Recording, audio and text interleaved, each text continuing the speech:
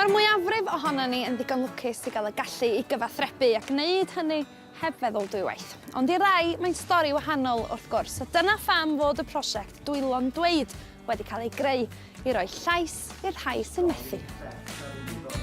Mae Dwylo'n Dweud wedi ei greu fel adnodd arwyddo newydd i'r rhai sy'n gweithio yn ein Meithrin feidd, ysgolion a chylchoedd TAV ar draws Cymru, a'r cyfan bydd y plant byddar sy'n mynychu'r sefydliadau. Mae o'n brosiect ar y cyd rhyngom ni yn Mudiad Meithrin, Prifysgol Bangor a grŵp Llandrillo Menai. A'r syniad ydy bod ni'n rhannu'r adnodd yn agored drwy gyfryngau cymdeithasol, Facebook, Trydar, a fod yr adnodd felly ar gael yn hollol agored ar YouTube i unrhyw un sydd yn dymuno i weld o. Felly mae o'n rhywbeth newydd, mae o'n arloesol ac yn sicr mae o'n gam i'r cyfeiriad iawn o ran darparu cymorth a chefnogaeth ar gyfer plant bach byddar. Plant.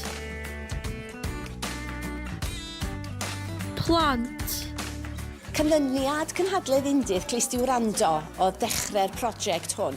A mae'r Brifysgol wedi bod yn cynnal cynhadledd ers 5 mlynedd ar gyfer rhai lle mae byddardod neu golli clyw yn hun yn ei bywyd yn effeithio arnyn nhw.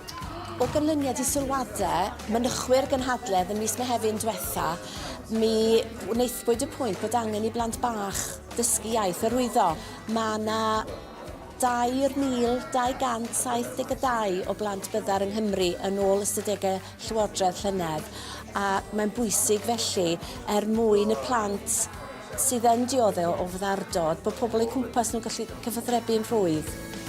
Nad oes plant byddar ynghylch Meithrin y Garnedd, nod y prosiect hefyd ydi godi ymwybyddiaeth ymysg y plant, ac maen nhw wrth eu bodda yn cael dysgu iaith newydd. Emrys, da chi wedi cael bora cyffroes yn y cylch Meithrin bora ma'n do? Be da chi wedi bod yn ddysgu wneud yma heddiw? Dysgu? Arwyddo. Arwyddo? A da chi wedi bod yn canu can arbennig do? Ti am ddysgu fi sydd yn gwneud bore da? Ia? Ffwrdd chdi ta, be da ni'n neud? Bore da, sut wyt ti? Sut wyt ti? Da iawn, diolch, da iawn, diolch. Bore da, bore da. Gwych!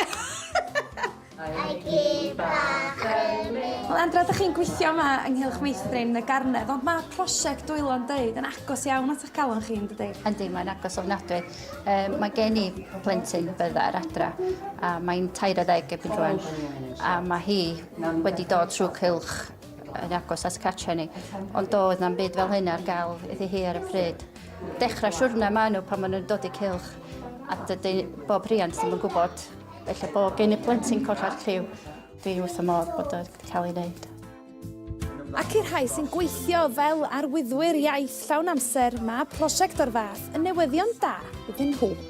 A dwi isio mwy pobl arwyddio yn Cymraeg. So, gobeithio yn y dyfodol, llawer y pobl siarad efo Dwylo, efo pobl bodda.